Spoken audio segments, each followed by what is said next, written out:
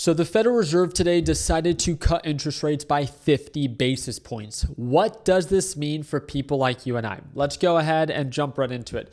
I don't even really want to talk about how the market traded today because it almost doesn't make sense, right? And we've learned this from the market that if you look at it and how the market reacted, sometimes on the initial day, it makes an impulsive decision and then days after, it chooses a completely different direction. So please remember, do not allow one day or a series of hours to dictate what you assume the market is going to do for the next few days, next few weeks, or the next few months. But let's look at the data. As of right now, this is one thing that I found to be very useful. Historically speaking, and I'm talking about going back to 1957, I wanted to show you that once the Federal Reserve begins to pivot, what tends to happen with the market. And out of the past 14 times that we have pivoted, well, what exactly do we mean by pivot? That means from raising interest rates to cutting interest rates. As of today, the Federal Reserve has officially pivoted. So therefore, as they announced their first rate cut, out of the past 14 times, the first or most recent one back in 2019 and the earliest one back in 1957, how many times did our economy enter a recession? For those that are not familiar, a recession is simply a downturn. Out of the past 14 times, only 4 times, so 4 out of the past 14, did not enter a recession after the Federal Reserve began cutting interest rates. The first thing that I want you to understand about this is that it doesn't happen right away. Sometimes it doesn't happen until months after. So that is why I am reminding you to not make an impulsive decision that you later end up regretting. I just want you to understand this data so if it does begin to downturn, you are not surprised. Now, how does that make any sense? Why would the market sell off when the Federal Reserve begins to start cutting interest rates? Well, I think a lot of it has to do with timing. First off, markets are super inflated right now, and we're in this really weird place where supposedly, again, according to our CPI data report, inflation is at 2.5%, and the Federal Reserve's target has been 2%. We came from 9%, and we've made it down to 2.5%. But guess what? Most Americans still can't afford rent. They definitely still can't afford to buy a house, and it is still extremely expensive, more now than what it was 4 years ago, to be able to afford essential goods. I mean, just think about what you were paying in stores 4 years ago versus now. You've probably seen a 25 to 50% increase. You might be asking, well, Ricky, how does that make any sense if our CPI data report shows that inflation is only 2.5%? The CPI data report is just the way that it's measured. They only really measure the last 12 months. If you look at the actual report, it just takes the last 12 months into consideration. It doesn't take, again, years, right? And in just the past few years, what we are actually experiencing and this exaggerated rate of inflation in not just consumer goods, but also essentials when it comes down to rent and to mortgages. And that was one question that I loved that Jerome Powell was asked today.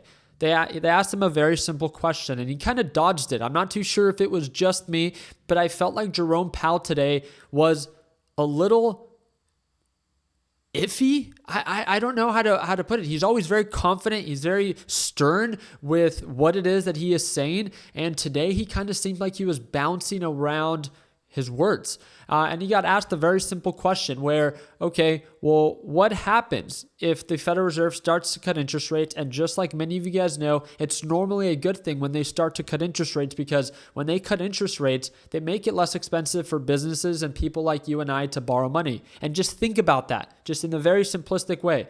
If it's less expensive to borrow money for us and for businesses, okay, then that means it's going to be cheaper to borrow money. It should be cheaper to run our business. It should be cheaper to borrow money, and it probably will encourage us to borrow more money because it's cheaper, therefore boosting our economy. That is why some people like to highlight that after initially a rate cut, our economies tend to boost, because the whole point of cutting interest rates, especially as they were sitting at 5.5%, they were at 40-year highs. I mean, they were at one of the highest rates where it was very expensive to borrow money.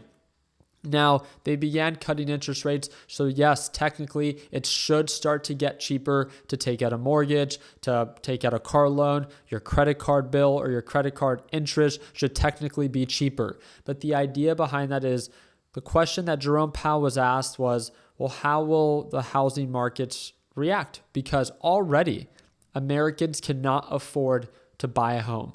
So you are telling me that when they already cannot buy a home, you're going to lower interest rates. And all of a sudden, if it's less expensive to take out a mortgage, demand should naturally begin to pick up for real estate to buy a home, right? So therefore, if properties are already high, and then we now make it even more affordable with lower rates to buy those properties, what's going to happen then? Okay, well, shouldn't naturally, if we expect our economies to boost, that means that if the real estate market boosts, then the inflation that we're going to experience in the housing market will most likely bring our rate of inflation up higher. Now, is this going to put us back in a full circle? Will then the Federal Reserve have to print more money? Will then inflation begin to go back up? And then because of all of that, the really big concern that the Federal Reserve has is the labor market. They supposedly have a goal that the unemployment rate should not rise more than 4.4%. According to what I heard Jerome Powell say today, that is the goal, that is the target. That unemployment is healthy and should not be higher than 4.4%. And I agree, but he is confident that it will not surpass 4.4%. So that is going to be the big what if, because remember, Jerome Powell likes to take it meeting by meeting. He doesn't like to make large assumptions because as we can tell, as data continues to change, his sentiment will also change. It was not expected originally that the Federal Reserve was going to cut interest rates by 50 basis points. But because of what happened with most recent economic data and the inflated numbers when it came down to the job market, they were almost forced to. And that was the big question. Was the Federal Reserve feeling like they were too late to start cutting interest rates, which is why they went with the 50 basis points. I'm not here to assume. I do not care. We don't have a crystal ball and we cannot predict. All I wanted you to understand is the data. Looking at data and looking at what has happened in the past before and understanding the different moving parts, we understand that they still intend to cut interest rates about 2 to 3 more times this year, right, for 2024. We do not know by how much, but again, that is the expectation. On top of that, the main concern right now is no longer inflation, but it's the unemployment rate, the job market. So please make sure that when it comes down to different economic reports that are being released on a weekly or monthly basis, that you pay close attention because more now than ever before, they will probably heavily influence the market. Like tomorrow, 1 hour before the market opens, there's an initial claims and a continuing claims report. These are the number of people that are filing for unemployment for the first time or that continue to file for unemployment. I know that this is a lot of information, but again, this is why we go live every morning for our LPP team. We like to keep it simple. We talk about this every single day. And just like anything, if I were to show this iPhone to a very old person or elderly person, whatever it is that you want to call them, it might be very overwhelming at first, but if I have them use that phone over and over again, as time goes on, it will become second nature. They will understand what to do and what not to do. And that is my goal for you guys, right? For those that are just getting started, as you tune on into our live trading sessions, for you to really become familiar with the do's and the don'ts, not just by watching me trade live, but by also understanding the schedule that we are aware of when it comes down to the different economic events that happen on a weekly basis. Again, I'd love to see you there. We are running a discount right now, and it's $175 off. It's the second link in the description down below. And if you're ready to join, you can sign up now and join me as soon as tomorrow. I do want to remind you, prices will be going up October 1st. So make sure that if you're thinking of joining, you might want to join now. I appreciate your time. I hope that earned your thumbs up. Please consider subscribing. And like always, let's make sure that we end the year on a green note. Take care, team.